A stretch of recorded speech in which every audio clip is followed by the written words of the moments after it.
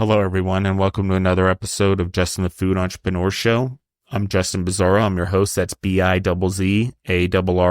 For anyone who's out there, you can find us on Instagram at Justin the Food Entrepreneurs. You can find us at Justin Bizarro. Again, 2 Z's, 2 R's. I know it's a little confusing because of Bizarro Superman and Bizarro wherever else he existed, Seinfeld, Friends, maybe. And then you can find us on Spotify and anywhere else you listen to yourself through podcasts. Also importantly, and I just skipped it, you can find us on Gorilla Brave on Instagram. That universe is growing. As I keep explaining on the shows, I've taken 28 years of information that was stuck in my head. And as I transition in life, relationships fall apart, businesses sold, broken apart, whatever we did with them, I didn't know what to do. I was lost my identity. Darkness, trying to find my way, seminary, silence.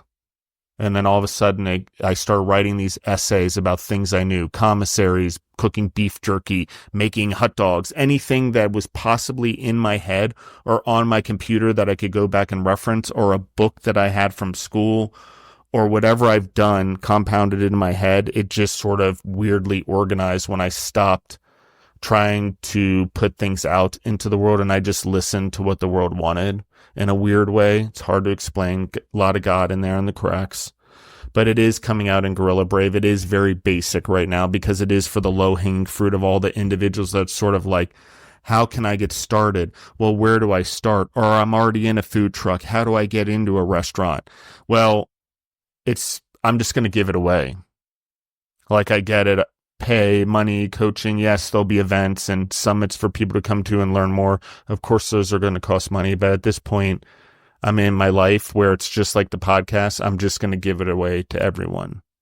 And a lot of the information, because I've done the podcast, have been merged through the entrepreneurs that have been on here, that I've been able to go through also the podcasts, listening to them at 2x, sometimes just dumping the episode somewhere where it'll give me a transcript. I do that too. And then cross-referencing that information also, because the entrepreneurs on this show have educated me over the last 6 years and grown me in ways that I can't even have imagined. And it'll grow all of you guys if you really listen to these stories and these lessons and reach out to these individuals and let them grow you too. I guarantee if they're coming on this show, there's no upside, guys. Their stories told, they're doing something good. It's not like we have millions upon millions. Yes, we have subscribers, lots of them, but they're generally food and beverage entrepreneurs trying to grow their businesses. So that's our focus. However, what I've started to see weirdly over the last 2 months is a lot of people coming in that are just general consumers, that are just general people who are interested, that have general likes for the great food truck, and they're starting to ask questions about entrepreneurship and building businesses. Guess what? That creates jobs, that builds communities, that builds futures, that has compounding legacies that we're talking about. So is it important? Yeah, it's important. So do these entrepreneurs understand legacy and what they're giving away? Yeah, a lot of them do. They understand if they come on this show, it's about what they're building.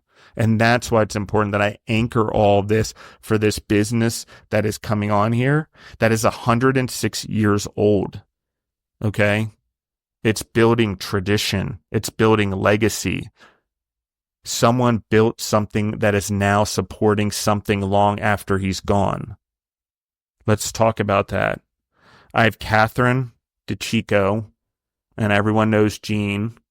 Gene's back from Walter's Hot Dogs out of New York. How are you guys doing? We're doing great, Justin. Thank you so much. Thank you for having us on. Yeah, you're very welcome. So I laid it on thick there, guys. Sorry about that. I'm all pumped up this morning. So let's talk about Catherine's journey. The audience, Gene has been on the show multiple times. The last episode you did, Gene, where we broke apart the menu and the stories and all that, it's our number one episode right now. I do want you to know that it continues to get downloads. It's continually used as the one that we use to sample for people as they want to understand how the episode works, because it came out so well. Oh, it's I just wonderful to want you to hear. know. So, I mean, is it number one because we're sending it out? Yes. Is it number one before we start sending out? Yes. But we start understanding the format differently. So it became the one that I've sort of laid out the formatting. I give a topic at the beginning. We talk about the stories. We sort of then talk about the menus in a way that gives it substance. And then we sort of exit, and those are the ones that seem to have the most impact on the individuals, where the questions, the stories, where we can give back to the audience in a way. So I appreciate that. So let's talk about Catherine's journey in this business. Catherine started in it 11 years ago.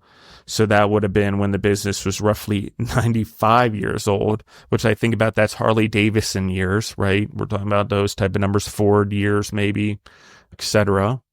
So let's talk about your journey, Catherine, from little baby Catherine to where you are now. And this journey, sort of, there's this lingering family business, obviously, something you guys are interested in. But you also Yeah. had a life of yourself growing up and all of that outside of it. So let's talk about that. Yeah, absolutely. So, like Gene, we worked in the business a little bit, when we were younger. We would always come down and our grandfather would be there, and, making ice cream and up front helping customers. And, I worked there sporadically some summers throughout, college, when I was 16, when I was 20. But, we grew up about 45 minutes away from the business. And, it was always something we were excited about, whether we worked there, we were coming down to see our grandfather, we admired him, and we were excited. It was his place, it was a really important part of our family. And I actually grew up, I sang, I was always into music. So when I went to college, I actually was studying, very far off from hospitality. I was studying music. And when I got out, I had studied music industry. And when I got out of college, I did a minor in business. But I didn't know what I wanted to do really. And the music industry has evolved and changed so much since then. That was 2007, 2008. When I got out, I had a few different careers in the city. I moved to the city with my college roommate. And, I worked at a hedge fund. I worked in a few restaurants. And then the last place I landed, that's really what brought me back to the business, was a hospitality PR firm in the city, a boutique firm called Bullfrog and Baum. And I started out there. I didn't know anything about PR or, hospitality PR, that it even really existed at the time. And, I was about, I guess, yeah, like 25, 26. And I went into it, completely open to everything. And when I was there, I was doing all this work for, big top chefs like all over the country. And we worked with like, Bobby Flay and Michael Monaco and Four Seasons. And we also opened up, brick and mortars for smaller businesses throughout, the city and Brooklyn and the West Coast. And we were doing all this work, and, I learned so much. But the one thing that it kept bringing back, I'd bring up Walters as I was meeting people, in the industry that are, in hospitality, even a lot of the chefs that I was meeting, and, just telling them about Walters. And I always loved the business. I always thought it was this awesome, like really just nostalgic and magical place. But, I started talking to people about it more and more. And I was just so excited about it. The more I worked in hospitality and the more people I met in the industry. And, I learned so much doing that it really made me, think, I should be doing this for my family business, branding and menu content and restaurant openings and, press releases and talking to the media and all that. So that's kind of where I was, right before I came back to the family business. That was in 2014, as you mentioned. Why? Obviously you now have a set of skills that are useful to the business. It's not just a family member coming into the business. I think that that's valuable in this discussion right now, because it seems to be common for both you and Gene, is bringing an outside skill or developing a skill and then bringing it into the business that utilizes the business. I want to anchor this for family businesses. I had family members in my businesses, and we did, I work with my father in a lot of ways as businesses merged together. as he got older. And that's what we decided to do, is merge them in with mine and his and all of those things. And what happened is, if you allow individuals to go gain outside skills that will help grow your business, they can be loyal individuals in your family that grow your business. It's a mindset though. Do they have the work ethic outside that they can bring to the inside, and then a skill to use against it to give them clout, not only for the business, but for the family member when the person says to them, hey, you were just given this. Right. So that's important, because a confidence level thing, it's hard to battle if you don't know that you came in with a skill that's useful and it's benefiting the company, if that ever does occur. Hopefully that's not something that occurs, but we do live in societies where people see things given, thus think everything's given. So yeah, go ahead. I think it's so important to, especially if you have a family business that maybe ahead of time you're interested in. I don't think Gene and I really knew where we would end up, or that we would obviously end up where we are now, like 11 and 12 years later, being back or being in the business. But I think it's so important to have other experience, whether it's a family member, whether it's an employee, whatever the case may be, like coming into something with other skills and seeing, especially in hospitality, right? I mean, Gene and I have both worked in restaurants. I've cooked in kitchens. I've done every job under the sun, from when I was young. At the age of 14, my first job was in a catering hall, to when I lived in the city, I worked at a place that did like a very busy brunch.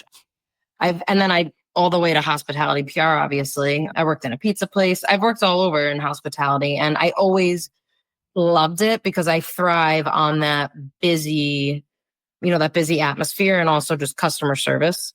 So I think bringing experiences, or at least having learned other things in other hospitality areas, as well as PR, which is completely the opposite, from working in a restaurant to actually being like on the administrative, more PR side. I think it's really, really important. I think that definitely benefited us coming into the business.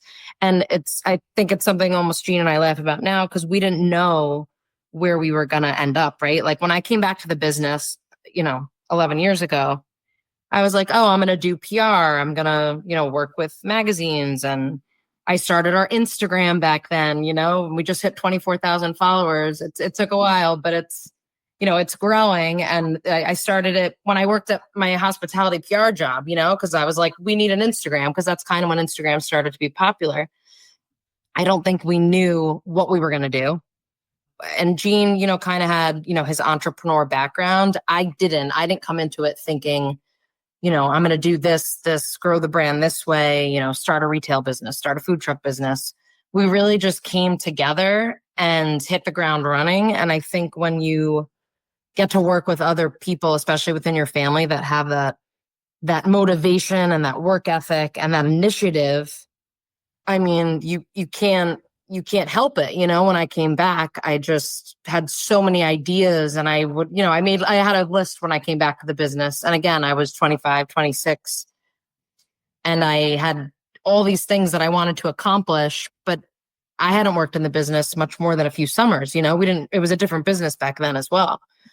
So, we learned everything literally from the ground up, working at the Mamaroneck flagship, and then starting the food truck business and expanding it from there. And I think we both have that, just that drive and that, again, work ethic. I think that hospitality is one of those industries where if you don't love what you're doing or some aspect of it, it's almost impossible to succeed, because it consumes you a lot of the time. I think you have to really have that, that drive and that passion for it. I agree with you.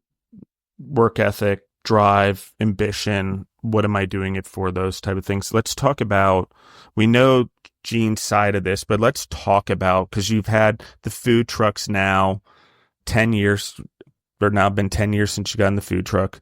Gene got in the business about 12 years ago. You're about 11 years ago. I know, because we discussed the timeline beforehand.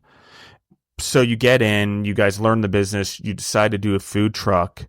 I mean, it's sort of your guys' thing. It's a generational thing. I mean, the food truck is truly a definition of our generation in hospitality. There's a lot of other things they're coming about. The newest generation is more about, I don't even know, loudness, attention, big, but it's different. But ours is about that. And food trucks definitely defined us and helped us grow our business. And you're helping in that. I see not only did you use what you had, but you used something that was a way to get your brand out there, and now you're growing it. I think do you have 6 trucks now? We have five food trucks. 5 food trucks. Okay. Talk to me about that, Catherine. Talk to me about this journey. First food truck, now 5 food trucks. I mean, you guys keep adding more. I'm just, by the time this podcast comes out, I'll probably be number 6. So let's talk about that. Let's talk about this. Yeah. I know you've spoken to Gene before, but the food trucks were an idea that he had, long before coming back to the business. And it was something that he wanted to do. And when we were finally together in 2015, we started the process 2014 of building our first food truck.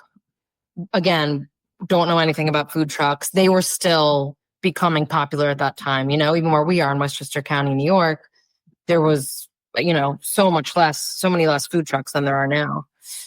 And we started the food truck, and, we laugh about all these things, as I'm sure so many people do when they start a business, that we did from 2015 to, even a few years ago. We learned everything. Like, just, there's so much that goes into a food truck. It's a restaurant on wheels, right? So, every aspect of it, from cleaning to maintenance to, what to do when the generator shuts off, and how to get to an event and book events, and just everything. We started the trucks. It was April 15, 2015. We announced the first food truck, and it was huge. I mean, the response that we got, we had no idea was coming. We got hundreds of emails that one day. We had a little bit of an idea of what we might do. We thought we were maybe going to, sit on the street and do vending and see where it took us. But we got such an influx of, like, basically party and catering inquiries that we came up with a menu quickly, and we started responding to all these emails, literally hundreds and hundreds of emails and even calls. And we kind of just changed the business into a real, like, catering and events type business. And, we're so fortunate where we are that we've been around. People hold Walters close to their hearts. It's nostalgia for them. It's about family. So just, people were so excited that they could have Walters at home, maybe for their parents' birthday, where they, took them to Walters for the first time, 30 years ago, or their grandparents, or it's all generational. So just to see that helped so much for us, even just learn about our business and see how important it was to all these people. And the trucks, like you mentioned, Justin, also, it's, it's advertising, right? It's our business driving around, almost like 365 days a year. And, now we have 5 of them, and it's definitely been a journey. But I think doing anything from A to Z from the beginning yourself, that's really the only way you can, again, like, succeed. You have to know it, you have to learn it, you have to live it, and kind of just figure it out on your own to be able to scale it. So yeah, no, here we are now with 5 trucks. It's pretty crazy. It's been 10 years. I know Gene mentioned before. Talk to me about, I'm going to ask you a few questions, Catherine. Before I get into some personal memories and things that I want to just focus in on, do you have a commissary now? How are you handling 5 trucks? Can it still be handled out of the location? Because we're talking about volumes now that I'm starting to do in my head, that I'm just curious, like, is a commissary involved? Are you going into a commissary? How do you navigate sort of this growth that's happening here? Yeah. So we have our food trucks alone are 4. And the 5th truck is a Connecticut truck that we launched last year with some partners of ours. And our 4 food trucks, we have a full-time events person that's booking the trucks. Our commissary, yes, is our Mamaroneck flagship location. We're fortunate that we have the space for them to park. But, we were teaching a food truck class like 4, 5, 6 years ago. And that was one of the biggest things. It's like, you need a commissary. And a lot of people, they don't know that they're starting out. They don't even know what that is. We're lucky that we have the space to do so. We have a separate, kitchen for the trucks and storage and things like that. But that is an expense for so many food trucks starting out. And also an important thing to bring up is, the commissary, right? It's the most important. It's where you end up at the end of the day. After a long day, all the trucks kind of end up back there. So yeah, we work out of the Mamaroneck store. One of the things I like about your model is with a flagship store and a brand like your guys, the trucks going back and forth, the employees are always reminded as they go back there what the truck represents in the origins. I think I just don't, it's a good thing. It's a good cultural thing. Maybe it's a subconscious thing that's going on right now. But having that reminder, just that base, I think is important because like commissaries can be very institutional, for lack of a better term. And so I do like that. There's probably something more there. I'm not sure you guys would know more than I do. You live it. Let's talk about experiences, favorite memories, maybe even it's working as a kid and sort of you guys talked about menus and I know presentation of your menu. I love the presentation. Talk to me about your favorites, Catherine, any great memories that you have and sort of like coming in with your background, how do you sort of make sure that the business stays current for the future since you're so old? Because it is a constant PR, advertising, marketing juggle. And it sounds like that's more of your side of the business. I may be wrong, but let's talk about that as well. Yeah. So I think, again, because our grandfather, Gene, who was Walter's son, it was his business. And we always, again, looked up to him for having this business. And it was just, we thought, it was just such a cool place when we were little, and seeing him just do his thing. I always, when I came back, was adamant about doing everything with him and being there with him and just sentimental about it. Like he taught me how to he started making ice cream and Italian ice, I don't know, 60 years ago. I made sure that I spent time with him, going to the store to get fruit and making all these things from scratch that he started, that he did. I wanted to understand everything that he was thinking. When we were back in the business, we were all always asking him questions and some of the answers are like, he didn't even have an answer to, he just did it, he didn't even remember why. It was like, just something that happens, because he was going through it. But we wanted to know and make sure we spoke to him about everything and learned, why we split the hot dogs and why, we do certain things the way that we do them. So yeah, that was important to me. And my fondest memories, even from the past 10 years, were those first few years, with our grandfather. He'd come on the food truck, he was there the day that we launched the trucks, and just spending time with him and we sat at his table so many times and, read him like Facebook messages and Facebook comments. And he was blown away by it all because he had no idea what he had really kept going and what he had created in the 60 years that he was back in, he bought the business from his father and he was really there for the bulk of the business. So just, yeah, that was just always super important to me. And that's really like what I remember from the beginning. Very cool. Let's sort of talk about your guys' relationship in business. It's a family business, so there's already a family dynamic. There's also the two of you guys working together. You guys sort of took the food trucks on. Talk to me about family dynamic, responsibilities, what life looks like for you guys. I think that you have a very growing business and everyone's sort of finding their roles. Talk to me about that a little bit and how you guys work with each other and how you guys are growing the business together through your roles. Absolutely. So yeah, our family business, it's really me and Jean and our sister, Christine. She's a little bit older and our mom. But like you said, Jean and I started the trucks together. So the businesses that we kind of like started together when we came back, we did it all together. We learned everything together. So while we both wear many, many hats, sometimes the same hats, sometimes different, we're driven the same and we're, our work ethic's the same. So we really we're just bouncing things off of each other every day. We'll meet in the office or talk on the phone, and it's like, we recap, we have a list of things to go over, and it's everything from scheduling and, operations and new business and menu updates to, truck events we need to review that came in, or, issues going on at one of our locations, or, payroll and HR. It's really everything we have our hands in.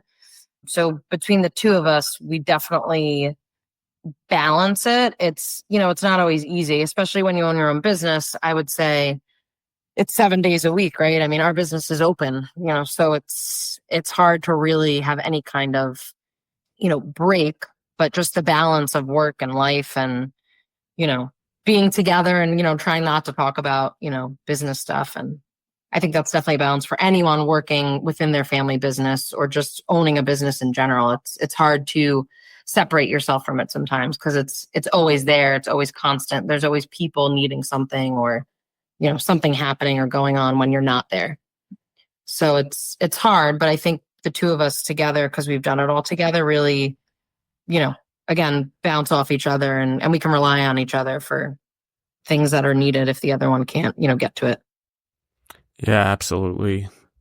Gene. I think Gene can, of course, speak to that more, but... Yeah, go ahead. Gene, I'm interested since let's bridge this gap here.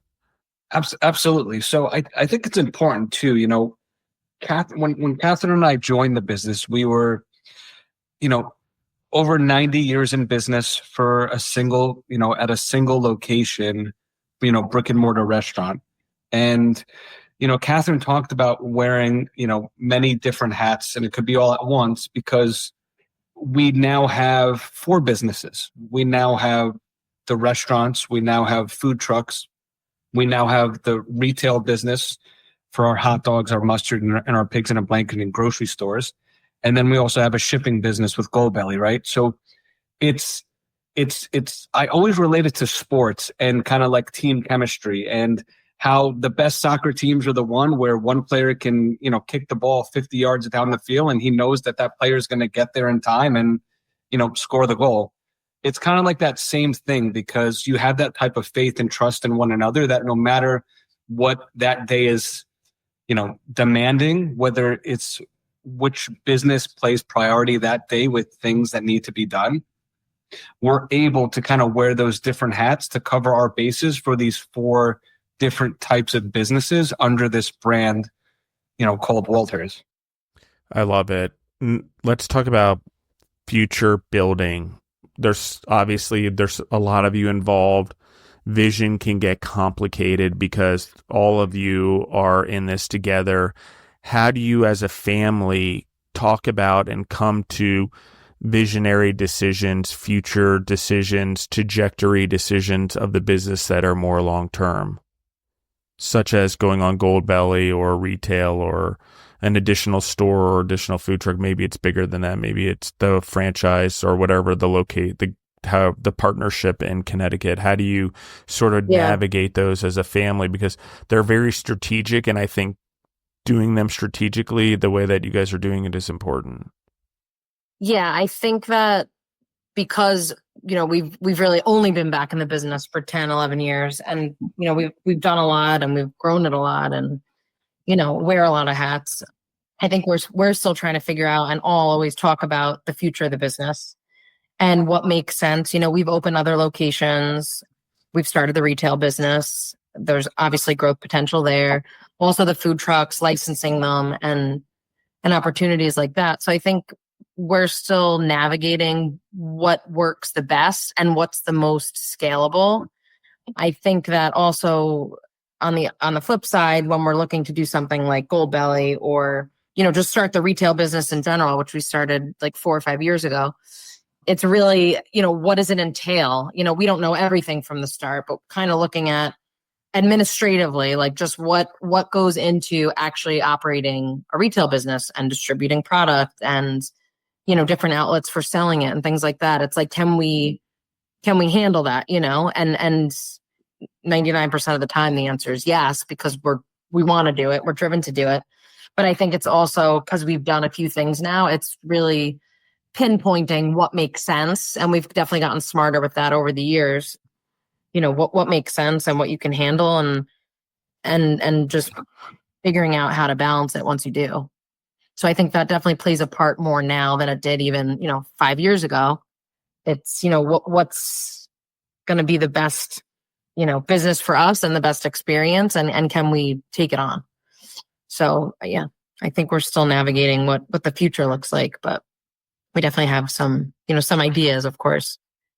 And Justin, I would piggyback off of that to say, we've learned a lot. We've made mistakes. We've learned from them, through the experiences that we have. And then also, just this undertaking of kind of seeing what we did the first 9 years with our food trucks, where we decided to start licensing it out. And, we were excited that, we're coming up on almost a year of our first licensed truck that really handles the state of Connecticut and the New England territory. And, it's something that we're definitely very excited about because, we now have these 10 years of experience in this food truck industry here in New York and really the tri-state area. And now being able to kind of leverage that experience of what we know and what's worked for us to be able to have additional Walters food trucks, throughout the United States. So it is something too that we're really excited about with like the potential, because we are this 106-year-old brand, but we feel like we're still kind of just coming out of the starting gate with all this momentum, ready to go. Yeah, I love this. Gosh, I have so many questions. Let's go to building out what you're talking about. How do you find new relationships? How do you make sure that in this relationship in Connecticut that's not at your location or your oversight, that they're getting the right products, they're getting the right stuff that matches your quality? How have you guys sort of bridged that gap? Yeah. So, I mean, we're in it with them. That's the beauty of what Jean said. Like, we've done it for 9 years. So also lucky for, the people that we partnered with. Like, it's great because we, they're always so thankful because we have this, we laid the groundwork. Like, we designed their truck to the specs of our fourth truck, and we walked them through and trained them for months at events and things that can go wrong and how to operate the truck, just start to finish. So even the booking process, again, we book mostly private events, Justin. Like last year alone, we did over 500 private events, which is like parties, weddings, stuff like that, because we have the 4 trucks kind of going as much as possible, especially in the busy season. We really tried to, hold their hands, and we're still helping them. They're almost, there'll be a full year in the summertime that they've had the truck. So I think because we're so hands-on, and it's important to us that they succeed, of course, right? It's our branded, it's our Walters food truck.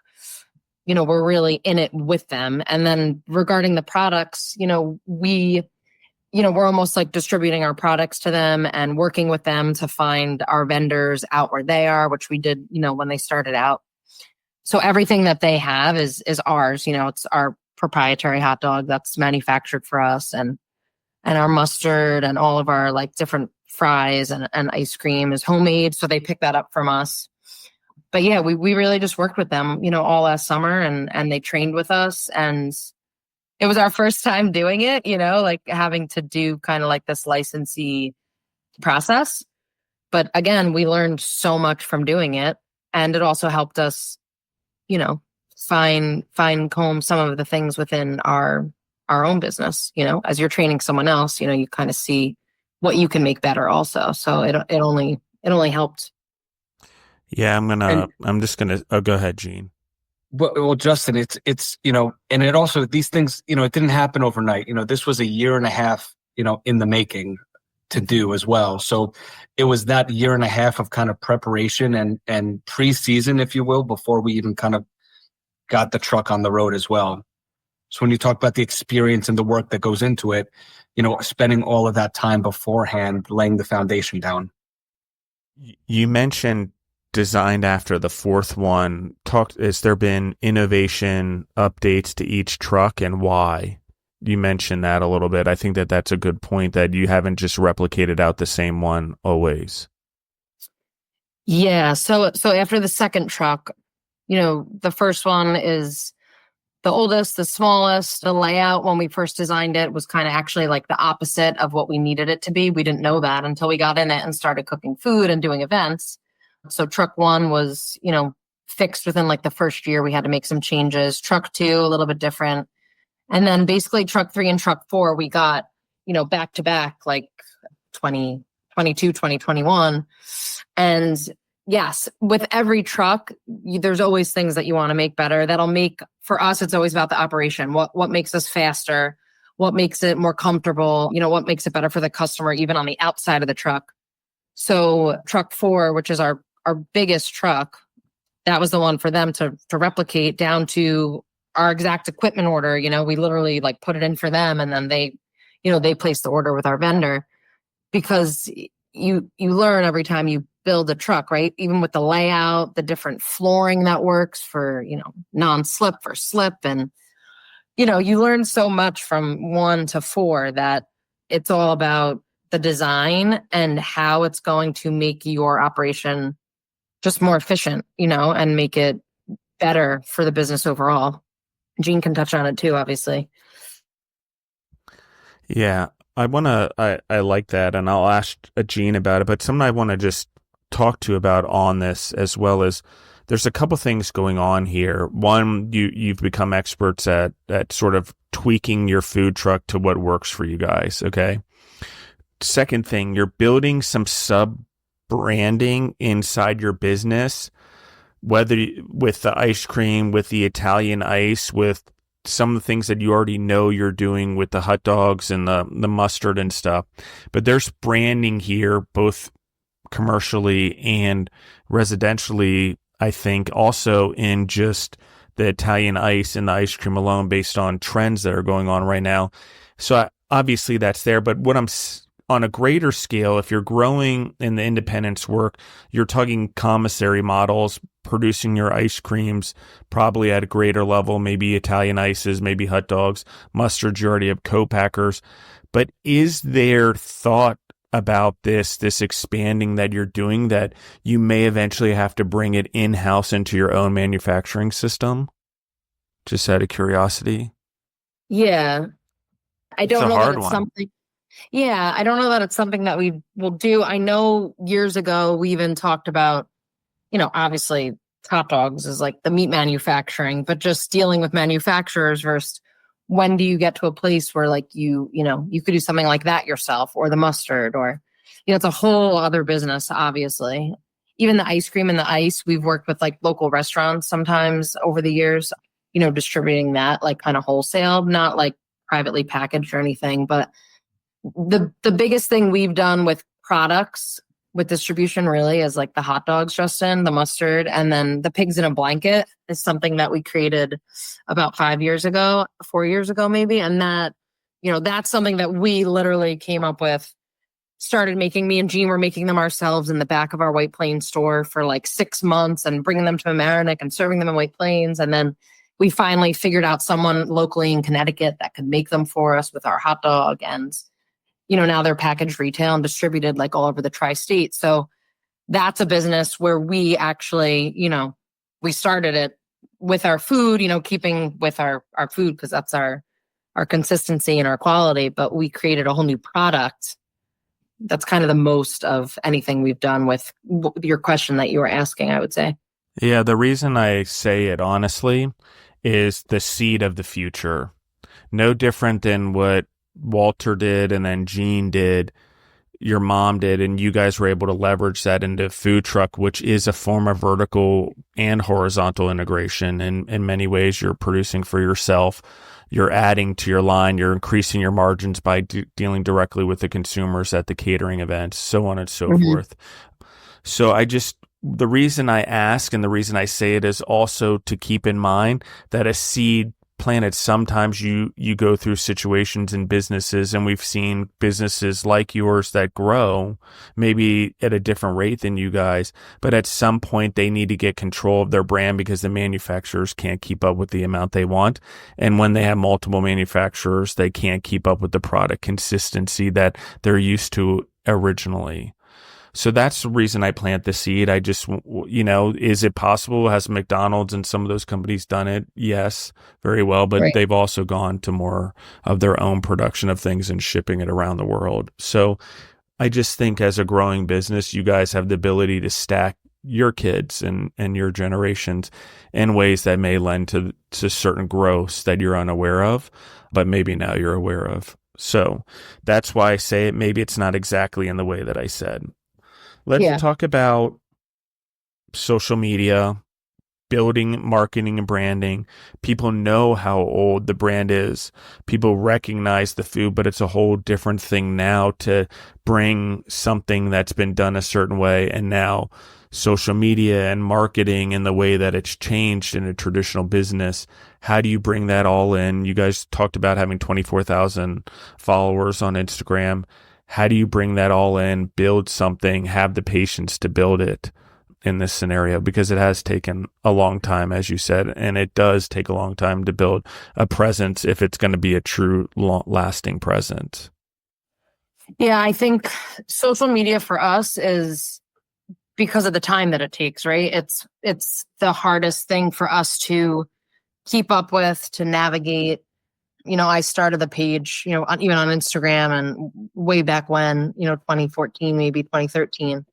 And even to get to 24,000 followers, I mean, it took, it takes a lot of time. We've mostly done it ourselves. We've had a few people throughout the years, maybe 2 or 3, that for certain periods of time, like 6 months, a year, would post for us and create content. But it always ends up coming back to us, and we just end up doing our own thing with it. And it is one of those things, after a few days, even a week, I'll be like, oh, Gene, what we got to post, like we haven't posted. We get caught up with everything else. Social media is really something that I think if you're really hands-on in your business and you're working, and Gene could be out on the food truck, and then another day we're in the office, all day working on a million things. It's like, it's something that's good if somebody else can do it for you and you trust them and you work together. I think it's hard as business owners or even chefs, whoever it might be in the restaurant, who's in charge of the restaurant or owns the restaurant, to be doing it. It's just hard to keep up with, especially with all the trends. And, we tried to do Twitter back, maybe 8 years ago, and it was really big, and we couldn't keep up with it. It's constant. It really is constant. And you learn so much from it, from the customers, and you can gain so much information, but it's not easy. And it's something that Gene's been doing like the past year or two, mostly. And, we're always, kind of scrambling for content and trying to keep up with everything and keep it going, So it definitely works for us though, Justin, with how many followers we have. We see an ROI on selling, like, we got our Christmas ornaments, our pagoda Christmas ornaments, and posting that, and how many link clicks we get, and actually transactions. And we see it a lot for that. So our customers that are following are mostly customers, it's mostly people that want to see our stuff and want to know what we're up to, and want to buy, something from the store, or ship mustard to their, parents out in California. So, it is, our following's pretty loyal, I would say, on social media, which is definitely a good thing. Are you doing all the packing and shipping for Goldbelly yourselves? Is that something you guys do at your main store location? How are you guys handling that volume? Yeah, so we ship everything out of our White Plains location just because there's a little bit more room there. And our sister Christine is mostly in charge of our like online ordering and shipping. But, throughout the year, the holidays, like we're literally all there, my mom included, especially around like Christmas, New Year's, 4th of July, Super Bowl. We do a pretty big push for Goldbelly around the holidays, as do they. They do great pushes for their clients, and great marketing. So we pack everything ourselves, and yeah, we just do it. You do what you got to do. It's not big enough for us yet that we would have a distribution center like fulfill the orders, but I'm sure one day it might, it could come to that, of course. Yeah, I've seen a lot of things, brands like your guys that have had longevity and legacy, a few years on Goldbelly start to do pretty well. I think Gene's met, maybe, do you guys know Utopia Bagels? Those guys have done really well with Gold Belly. I think it's helped build a multi-location. So I do know it works. I hope anyone out there, this stability of when someone's on Gold Belly and I do a podcast and I have an international podcast, you guys can order their food on Gold Belly. You don't have to wait till you go to New York and try it. I do recommend getting that experience though, but you can order it, guys, and bring it to your home. I saw someone in New York's like shipping a 7-pound hamburger or something. But anyway, go ahead. Yeah, we have our, because, we cook our hot dog like our very specific Walters way. So we have like cooking instructions and cooking videos on our website. So people will send us pictures all year round. They're so proud of, how their Walters came out and do we approve? And, they're so excited about it. So because we have our own special way of doing it, it's definitely even more special when they get it at home and they can replicate it. It's amazing. Talk to me a little bit about you guys. We talked about the holiday ornaments. You guys have a truck that you guys do marketing and advertising. Talk to me about those things. Gene and I have talked about them a little bit, but from your perspective, these are things that help. I mean, your customer base is loyal enough where they're buying Christmas ornaments of the original location, amongst other things. Talk to me a little bit about that, how you guys have sort of started building that and added in the food truck. Let's dive into some of that. Yeah. So there's so much opportunity once you get into the world of like merchandise and branded items. We actually started working with this company that designs toys, ornaments for everybody all over the country, stuffed animals, really anything. And we started working with them about like 4 years ago. And we started with the pagodas, which were huge. I mean, the day that we posted them, we probably sold half the inventory we got. People went crazy for them. And then we started with a hot dog ornament and our toy food trucks, which we just launched this Christmas.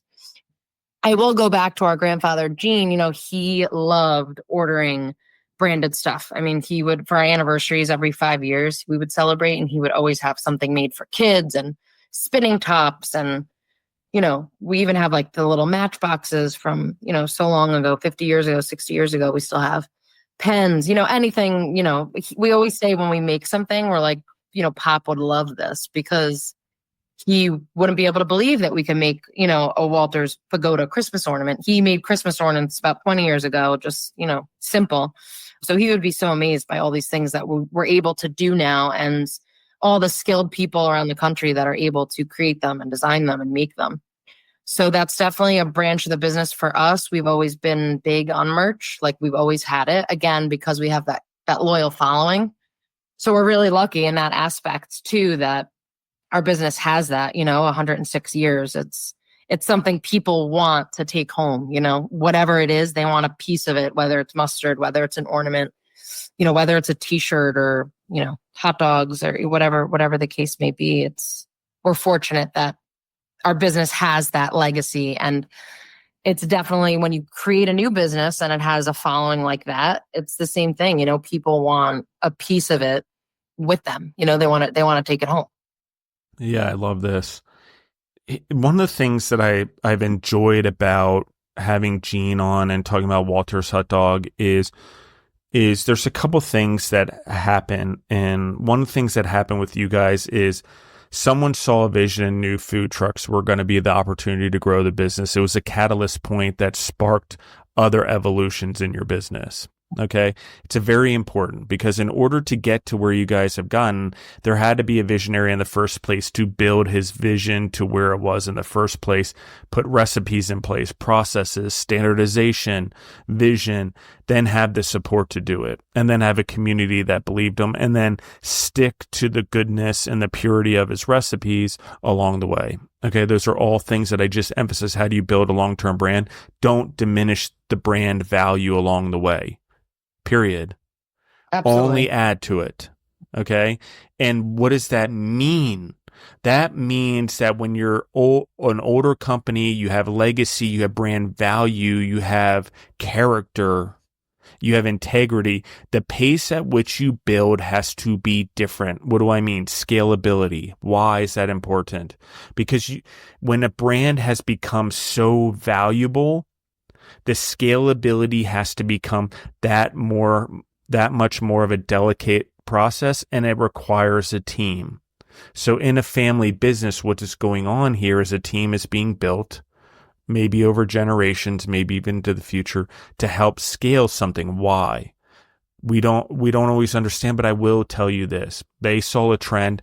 What is the trend that's going on? Hot dogs are becoming a trending food again. Okay. Especially on a quality side. Okay. How do I know? Go to places like Nashville that have bachelorette capitals of the world and look at these upscale restaurants and what they're serving as hand food in upscale ways or new innovative ways. Go to Nashville also and look at the hot dog boom that's going there and in other parts of the world. Why is that important? Is it competition to Walters? No. Why am I bringing it up? Because Walters is a catalyst and they are going to be a strength to build an industry. Why? They've known it for 106 years and they've navigated it over a long time, and they have compounding knowledge that is beyond others. They didn't go to franchise and diminish their brand like the other hot dog companies out of New York. Why is that important? Someone was smart enough to think about legacy over cash now. Because what will happen in the generations of Walters hot dogs, it will be bigger than we could have ever imagined. Why? In abundance, in the way that's true to them, in the way that they want to grow. Why? Because they're staying true to their original integrity of the brand and what was built. So when we're thinking about starting a business right now or whatever, Bill Marriott started a root beer stand and a taco stand. Now look, there's Marriott hotels everywhere.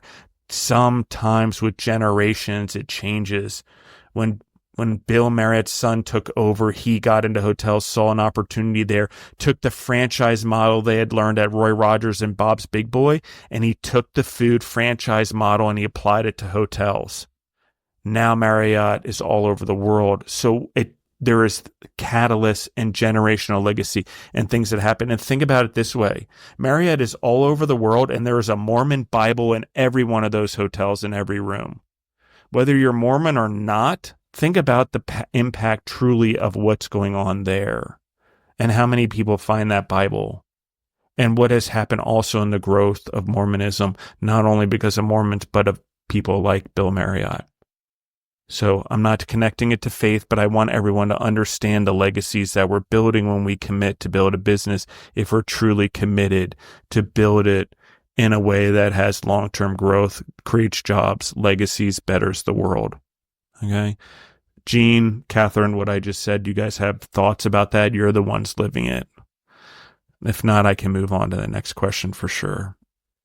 Yeah, no, I definitely can touch on it a little bit. I think for us, Justin, exactly what you said, we are so mindful of our grandfather, of his father, of what they built, of the simplicity and consistency of our business and what it means to people.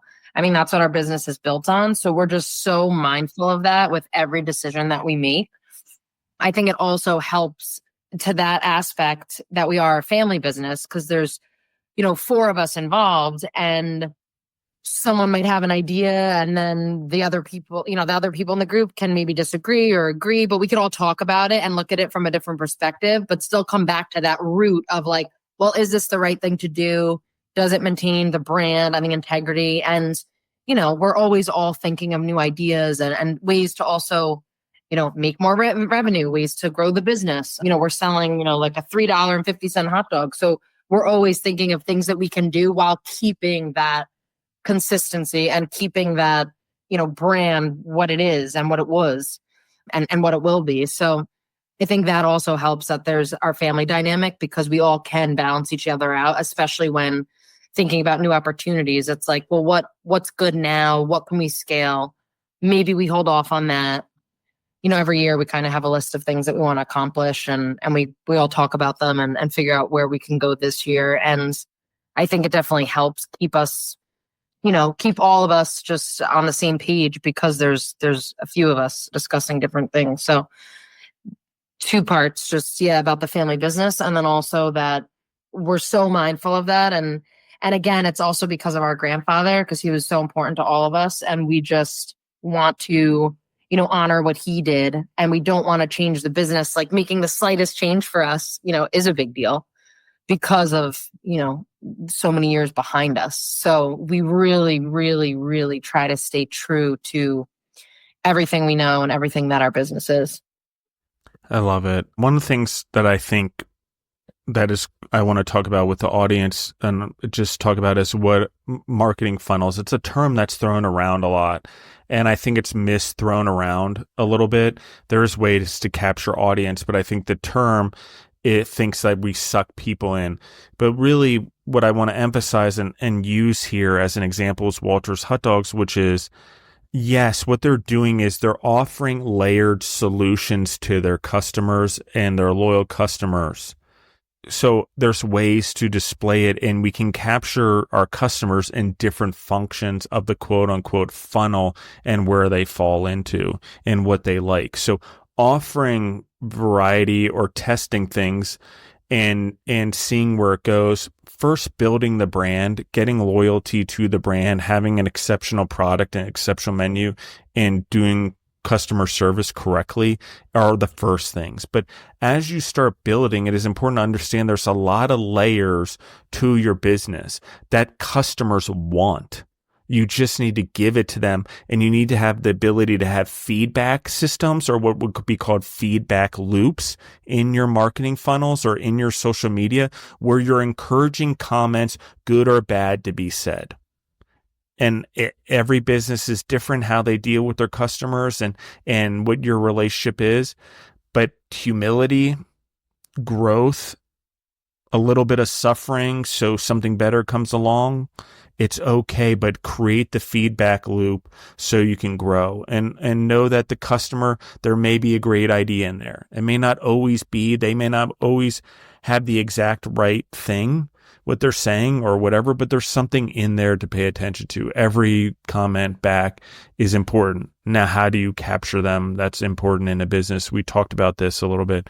I think Walter's customers are very involved in your business. They feel very a part of what you guys do. So I think that that's part of what we're talking about, but that takes time, that takes loyalty, that takes doing the right thing, that takes showing up, that takes making amends when the business messes up.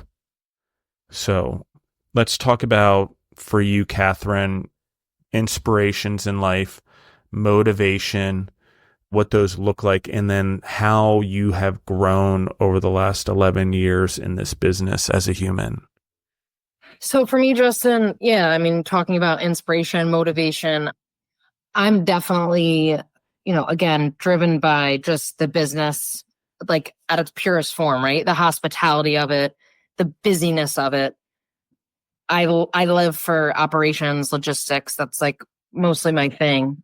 Even if I see another business or go to another business, my head's just turning the whole time because I'm thinking about, what are they doing here that's good? What are they doing here that's not good? We should do this. We should do that. I'm always looking at it from, just like this bigger picture, because I really genuinely love hospitality, customer service, just serving people, cooking good food, and everything that comes, as a part of that, and hospitality overall. So yeah, for me, that's really where I would say my motivation comes from. And just the past, 10, 11 years, because we've started businesses again, which helps so much, because people will think they want to start a business, and then you start a business and, you don't know the 30, 40 things that go into just having a business that has nothing to do with being in a restaurant or being on a food truck. Just all the back end and the, administration and the logistics and the scheduling and maintenance. And I mentioned, HR, payroll, like all these things, you need them. You need to know how to do them to run a business, right? Or to scale it and then eventually, have people help you with it. And I think that it's so important to learn just from the ground up with any business you're starting.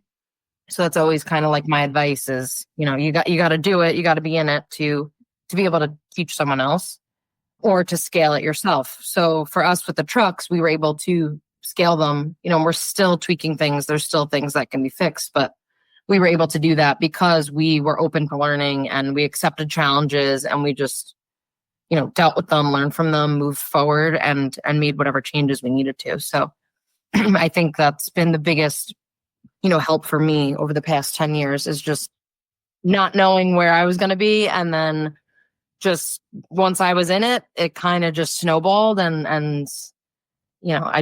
I learned so much, and I took on everything that I could because I had to, and also because I enjoyed it. And I think that's the best way to learn, right? And to pass something on. Yeah, poor Gene. I've neglected him this entire time, but that's okay. I'll make it up to him. I know where to find him. Catherine, talk to me. This will be my last question for you guys. Favorite memories, favorite times in the business that you can go back and you think of, like, really that was a great memory or a great time or a pivoting point for us in our business that I remember. Can you highlight any of those? I don't know if Gene has anything that stands out. I'd have to think a little bit on like a specific memory. Gene, do you have anything that comes to mind for you? Yeah, I mean, there's so many. I mean, think about, what was it, 9 years ago when we did our first collaboration? I mean, a lot of restaurants weren't like collabing at that time.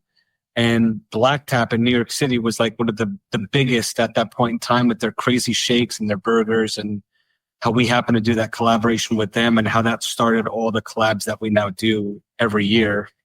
To that, to the food truck events, from doing New York Comic Con to bringing 3 trucks to the Soundside Music Festival in Connecticut that has 25,000+ people, to bringing 2 trucks to Governor's Ball in New York City, to all the movie sets and celebrity outings that we brought our food trucks to. I mean, there's definitely a lot of very cool and special moments for sure. Yeah, there's definitely abundance there. I can tell. I like that it's been this catalyst for you guys to come together as a family. Also, all of you guys work together. You all have your roles. You know your roles. You also understand what your roles are in growing the business. I think I can feel it. I'm sure there's tough times. Family dynamics are difficult sometimes, but I appreciate it. I'm going to ask Gene one more question before we go. I know I said it was my last question. Gene, over the last year and a half, what has changed most for you in your life? Because we were only at 4 food trucks before, so there obviously is the 5th one. We were talking about adding that one in, I believe, then. But talk to me about the differences in your life specifically. You're the one that came on the show 3 years ago now, almost, or 2.5 years ago, whatever it was. Talk to me about the differences now. The business has changed. It's evolved. So have you. What's changed? It's I've learned a lot, is what I can say. At that time, one of the last times I was on was, more as a newlywed husband, right? And now, my wife and I are a month away from having our first, child. So being able to kind of navigate a personal life of not just being a husband, but about, preparing to be a father, while also, being fully involved in this, 106-year-old business. Over the past year and a half too, I've just wanted there to be a level of continual education for myself. Things are constantly changing and evolving, especially in the restaurant and hospitality world. So being able to be part of business networking groups and business councils, and being part of our Chamber of Commerce and different types of groups and organizations where I can continue to learn from others, and also be able to kind of take what I've learned and be able to kind of pass that on as well. So continual education has been a big part of it. And then also, really understanding the level that social media plays to our business on a daily basis. Because for the past year or so, I've really taken on the social media between, Facebook and Instagram and that type of presence, and understanding what our customers are saying, what they want, what they love about the business, and being able to kind of lean into that as far as listening to them, letting them know that they're heard, that they're valued, that we appreciate their business. And obviously without them, we are nothing. And to see that level of loyalty since last year, we planned and prepared. It was about 5 months of Catherine, myself, and our family planning our 105th anniversary, where we had, a few thousand people on our, 1 acre property in Mamaroneck celebrating with us, and to see, people and to hear their stories, that was a really proud milestone that we had as well. So it's been a lot, Justin. At one point too, Justin, at the anniversary, Gene actually, I remember this specifically, but he looked at me and I think the words were like, "Can you believe this?" or something like that. And we were just blown away by, we prepared all year, literally starting in like January, February for the 105th, which was like this huge 3-day celebration. But the one day we do like our hot dog eating contest, and it's like the biggest family fun day. And there was just so many people, we couldn't even like really get to each other to do like a ribbon cutting. And it was awesome, but it was so busy. And, we personally, promoted it and posted it and got the word out. And just to see it come together, we literally were like, this is, we were actually in awe of it. And one other thing I just wanted to end with is Gene mentioned, continuing to learn the past year and a half. And I think my biggest advice too for business owners, especially in hospitality, is you really need to like humble yourself and be open to learning from anyone. We did an interview about a year ago, and the editor literally called the article "The Humble Hot Dog," because she was like, "You guys do so much and you've done so much, but you're so humble about it."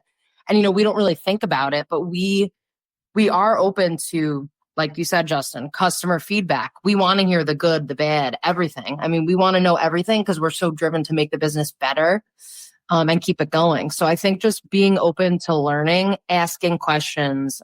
We don't know, at some points, we don't know anything. We're still learning after 10, 11, 12 years of being in this business. So I think just being open to that and having an open mindset. We don't look at anybody as competition. We've helped so many people get food trucks from the place that built ours and taught them what they need and how to operate it. And, we just love it. So it's really just humbling yourself and working with other people and learning from other people in the industry, because everyone, whether they've had a business for 1 year or 106, they have something to learn from each other always. Absolutely. Thank you guys for coming on the show. Where can they find you guys online? How can they book the trucks for catering, the locations, social media, all that good stuff? Yeah. So on Facebook, it's at Walters Hot Dogs, same as Instagram. WaltersHotDogs.com has our links for everything from our online store to our restaurant locations to how to book the truck to purchasing on Goldbelly. My personal Instagram is at Gene Christian as well, and at Walters Hot Dogs on Instagram. And Catherine, how about yourself? Yeah, my personal Instagram is Catherine de Chico. And Walters, I mean, like Gene said, Goldbelly and Goldbelly.com, WaltersHotDogs.com. Our locations are Mamaroneck and White Plains, and also our food trucks. Yeah, I mean, we have an events coordinator who's booking trucks, 5 days a week. So just hop on our website and you can find everything about our food trucks there as well and how to get in touch with us. I love it. I'm gonna close out here with everyone. If you guys love these guys, support them, follow those links on social media, go visit, try their stuff, order on Goldbelly. If you want to support the episode, their story, go back, listen to all the ones Gene has done. Listen to this one. We're going to do more with these guys over time. These guys are an important part of the community. Okay. Why do I keep asking them to be on? What I'm seeing is an understanding that they're not only responsible for their business, but they're responsible for the industries, plural, that they're in. When Gene said businesses that they're in, those are business units that are in very different industries that have very different regulations, different health codes, different all sorts of things. Okay. Shipping, everything, the way they're produced, the way something's produced in a consumer packaged good is different than in your restaurant. The way it's produced on your food truck can differ from your restaurant. Your operations are different, storage. So you're talking about different businesses. That's why they brought up. Now they're in retail. We talked about that. They're getting into apparel and things like that. They have this catering business, which is just phenomenal. We talked about the events that they're going to. These are important. They're building brands. Why am I saying this? It started with this. They have stayed true to the beginning. the purity, even with new items that have come on, it has all gone back to the purity in building from scratch. They have not strayed from wanting everything to be that way, or having their own hot dog that met their standards, or a bread that met their standards, or a mustard that was produced for them that met their standards, or a pigs in a blanket. Why am I saying this? Because too often we are so quick to grow, we substandard our brand. How's the first way we do that? Ingredients, production, all the things that we do to try to do this. It's okay to let the brand have its own pride, its own elitism, its own goodness, no matter what kind of food it is or what kind of beverage it is. The brand will build its own character and integrity with your help, but you've got to get it growing at the beginning. What we talked about here is someone had built the integrity and the character of the brand and the food and the service. And now that brand, that integrity, that character, that brand and that service, staying true to the original, the OG way things were done in the recipes and even in the new items, staying true to those processes and those concepts and those contexts in generating new things for the menus or new things for the retail. New ornaments, a food truck, toy, all of those things stay true to the core values of that integrity and that character. So when scalability comes, a loyalty is being built on a greater level than just speeding out a process out of a production. It's important that everyone understands, and not only that, these two individuals are going to help build industries around it. So I just pay attention. One of my gifts is to find the individuals whose trajectories are different. And I'm going to anchor this last one. We had Peter Elias on here. He's done 3 episodes up to the release of this. Peter Elias, I met in 2009. Life had fallen apart, 2010, really fallen apart. He decides he wants to get out of real estate in Chicago and get into the restaurant business and own a falafel shop. We could not get a falafel shop off the ground to save our lives. I could not. I knew financiers. I had equipment. I could do whatever. Every time we got close to ending a deal, something weird, crazy would happen. The last deal fell apart. 2 days later, that building collapsed on the building he would have moved into. What is Peter doing now? Peter runs a multi-million dollar restaurant in Ocean City built on God's Bible, and he is not afraid to share it in the way that he does it. And he's growing other people, and he's going from 1 location to 4. But why is this important? It is important to understand individuals that have potential and are willing to invest in and what that trajectory looks at. And we need to pay attention to those individuals because those are who we need to emulate now. And hopefully, if we stay involved in those individuals' life, we don't have a falling off because an individual isn't truly weighted until we pass. So why am I saying this? Why am I pointing at Walters? Because pay attention to what these guys are doing. It's not to imitate them. That's not why I'm saying it. Imitation is not going to get you anywhere. What I'm saying is they're staying true to what was built and what is their family core values built into the business.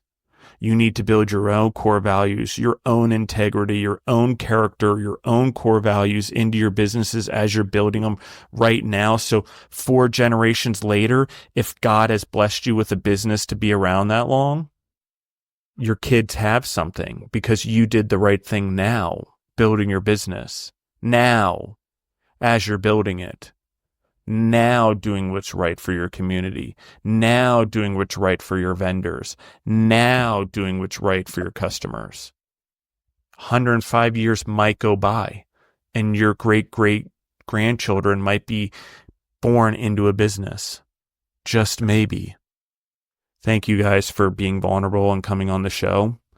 Gene, I love you to death, man.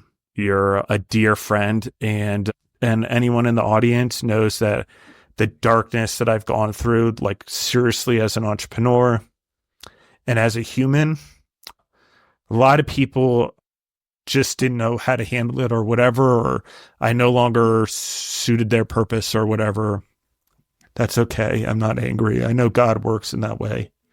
But Gene has always been there checking in, giving some encouragement, whether it's to do the podcast again or continue to build an industry or help others in the industry, he has done that for me. I owe him more than just being on the podcast, just so everyone knows. Sorry, I'm a little teary-eyed, but it is important to know that this human does have impact and has had a huge influence on my life. And he will on yours if you guys do it, and so will Catherine. These are huge catalysts in human nature and human existence and in human future. What are they? What do I mean? It means for whatever reason, things that they're working on are greater than they understand right now, and their influence and their impact will impact many through what their knowledge and the things that they're doing. I thank you, Gene. I thank you for your influence in my life.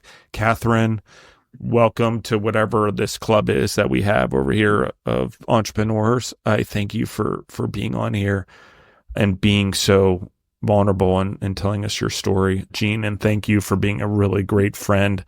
This podcast led to that friendship, so I'm grateful for that as well. Thank you, everyone. Thank you, yeah, absolutely. I love you guys in the audience. I appreciate you guys. Keep sharing, keep listening, keep helping those out there. And, one day at a time, it gets better. So thank you, everyone, and we're out.